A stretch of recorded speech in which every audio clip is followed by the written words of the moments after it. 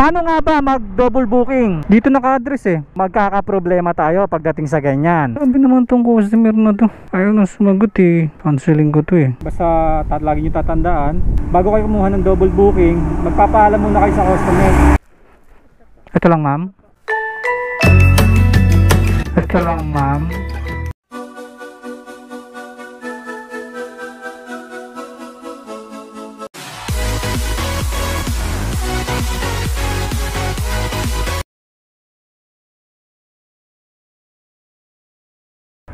Dito naka-address eh. Nilen Pau Cellphone Repair. Sa taas? Sa gilid? Saan ka boss? Doon? Papasok ako ron? Tawagan ko. Tawagan natin yung customer.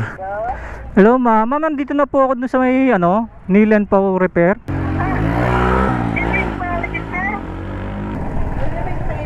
Oh. Marami ba kayong pinabook? Hindi naman. Pinabook din kami. Kasi ito nakalagay. Ay, akala ko hindi ko masyado na yung pangalan. Sorry. Salamat pa. Sino po magbabayad daw doon? Sige pa. Loko to si Sir eh. Ayun mga kabiwan mo to, na-pick up na natin. Good morning nga pala mga kabiwan mo to. Hindi ako nakapag-intro kanina. Long ride na naman tayo. Titignan natin kung mahanapan natin o masasabayan natin para mag-double book tayo. Sayang din yung isang biyahe natin eh. Ilang beses ko kinausap si Siri. Sabi niya eh, tinawagan ko, siya pala talaga. Ayan mga kabiwan mo to, tambay muna tayo dito. Hanapan natin ng kasabay ito. Dito muna tayo para sigurado. Ayan mga kabiwan mo to, nakakuha na tayo ng pang double booking natin. Tawagan natin yung customer para malaman natin kung ano yung papadeliver niya. Ayan mga kabiwan mo to, sumasagot yung customer, pick upin natin. 2.3 kilometers simula dito sa pwesto ko. Bali 8 minutes natin itatravel to. Paano nga ba mag double booking? Yan ang pag-uusapan natin habang nabiyahe tayo kay Lalamove. Bali unang-una mga kabiwan mo to, syempre bago kayo mag double booking, magpapaalam muna kayo sa customer na sasabayan nyo lalo na't malayo. Tapos pag pumayag, mag double booking kayo. Although yung ginawa ko is ang nauna ko nakuha is pagkain, pero ang kagandahan naman dito is banana chips lang naman kasi siya. Hindi naman siya masisira kasi preserved na yung banana chips, kaya sinabayan ko. Hindi na rin naman ako nagpaalam. Pero kayo magpapaalam kayo ha. And pangalawa mga kabiwan mo to, dapat same way lang sila. Ibig sabihin isa lang yung way nila. Kung pa-south yan, dapat pares pa-south yan. Tapos madadaanan dapat or malalagpasan. Basta same way sila, same route sila. Hindi pwedeng ang first booking mo is nasa north tapos kukuha ka ng pa-south. Magkakaproblema tayo pagdating sa ganyan. Kasi sasakit ang bulsa nyo, magkakaproblema kayo sa bulsa, magkakaproblema kayo sa gas dahil gastos kayo, mag-additional gasolina kayo, at siyempre sa lahat sasakit ang ulo nyo, magkakaproblema kayo sa ulo. Kasi paano nyo gagawin, paano nyo didiskarte yan na i-deliver nyo siya ng parehas kung magka-opposite siya na lugar. Kaya dapat same way lang sila. Gaya nito, ang booking ko is pa Tagaytay, tapos yung pangalawang booking na nakuha ko is Pamindes. Same way lang naman sila, doon din ang daan nun mga kabiwan mo to. Kaya wala nang magiging problema pagdating doon. Kaya okay lang, double booking ko siya. Tsaka malapit lang naman din parehas yung pick up, kaya walang magiging problema rito. Hopefully, hindi wala magiging problema dito. Promise yan.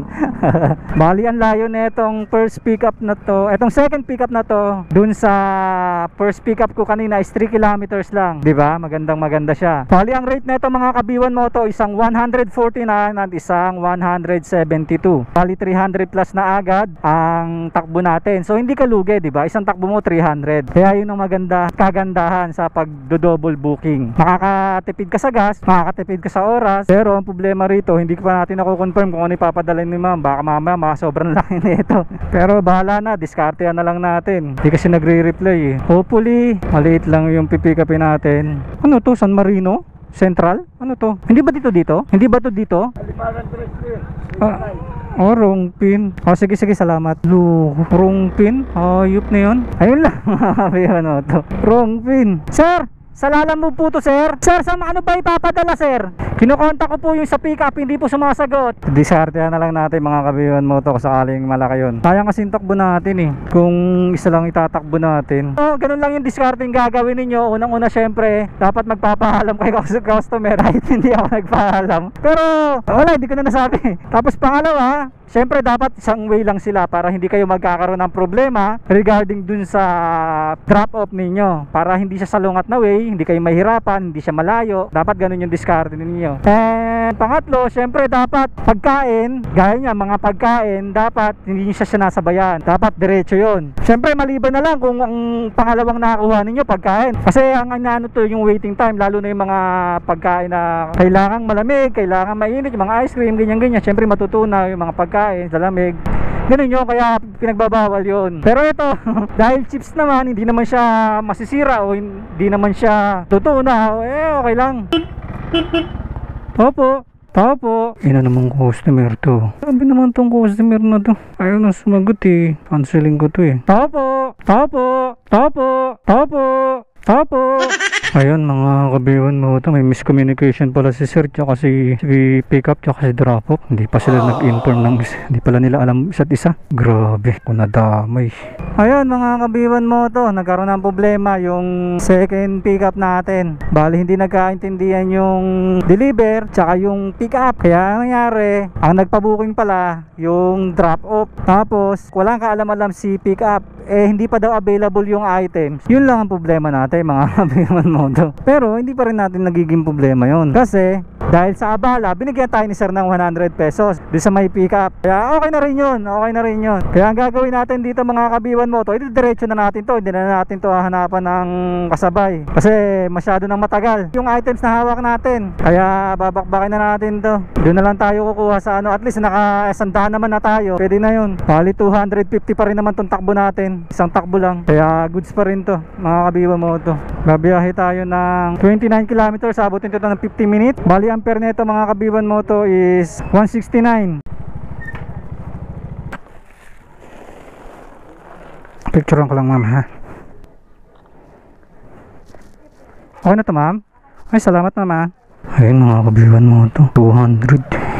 Ayun mga kabiwan mo to, talagang napakaswerte natin lagi sa tip. Ayun mga kabiwan mo to, ganun lang ang diskarte ninyo. Although na cancel yon, pero okay lang kasi binigyan tayo ng 100 ni sir eh. Hindi sila nagkaintindihan eh. Pero ganun lang yung sistema nun mga kabiwan mo to. Basta lagi nyo tatandaan, bago kayo kumuha ng double booking, magpapaalam muna kayo sa customer. Importante yun. Pag hindi pumayag, huwag nyong gawin i-double booking. Pero pag pumayag si customer, okay lang yun. Kasi usually mga customer kaya hindi sila pumapayag kasi minsan urgent yung items, kaya hindi sila napayag. Pero kung hindi naman urgent yun at pumayag naman sila, dun yung i-go. Wala namang problema ron eh. Wala kayong magagawa doon kung ayaw ng customer. Pangalawa, syempre dapat isang ruta lang sila para hindi kayo mahirapan, kasi kayo rin mahihirapan nun eh. Abala kayo sa oras, abala kayo sa gasolina, syempre magdadagdag kayo ng kilometer ninyo, and then syempre sakit sa ulo yun, magkasalungat na lugar. Kaya dapat lagi yung isasang-alang yun, dapat magdadaanan sila pareha, dapat same way lang sila. Ganun ang diskarte sa pag-double book. At syempre pangatlo mga kabiwan mo to, kung ang unang pick up ninyo is pagkain, wag niyo nang sabayan. Siya. Wag na kayo mag-double booking kasi nasa rules ni Lalamove yun na pagkapagkain, hindi dapat sinasabayan yan. Okay lang sana kung parcel, ganon. Pero kung pagkain, hindi siya pwede sabayan. Lalo na kung pagkain like ice cream o kaya yung mga may init na pagkain, kung madidelay yun, so hindi pwede madelay yung pagkain. So hindi kayo pwede mag-double book pag naunang na-pick up nyo ang pagkain. Yun lang yun. So bali mga kabiwan mo to, abang-abang tayo ngayon dito ng booking. Sa isang takbo natin yung mga kabiwan mo to, actually dapat dalawa yon. Kung hindi na cancel yung mga kabiwan mo to, nasa 350 yon yung isang takbo natin na yon. Kaso syempre sayang din talaga, nawala yung 100. Yung takbo natin ngayon is 250 lang. Pero okay na rin yun, goods pa rin yun. Kaya nag-aabang tayo ngayon, tingnan natin kung may pabalik. Tapos kung 250 uli yun, double booking uli tayo. Para pagbalik natin doon 300 plus o 500 plus na yung kita natin, balikan lang.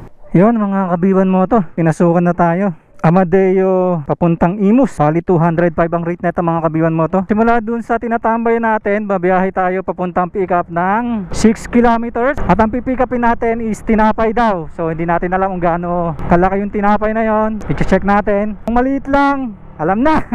Double booking, sabayan natin. Nandito na tayo sa Kagubatan mga kabiwan mo to.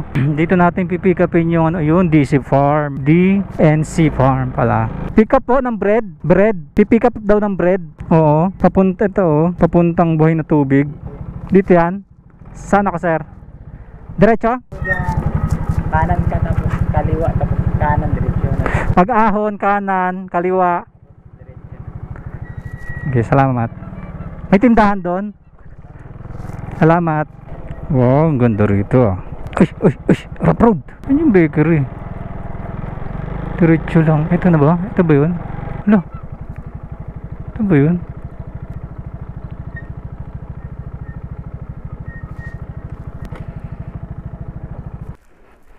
Ito lang, ma'am.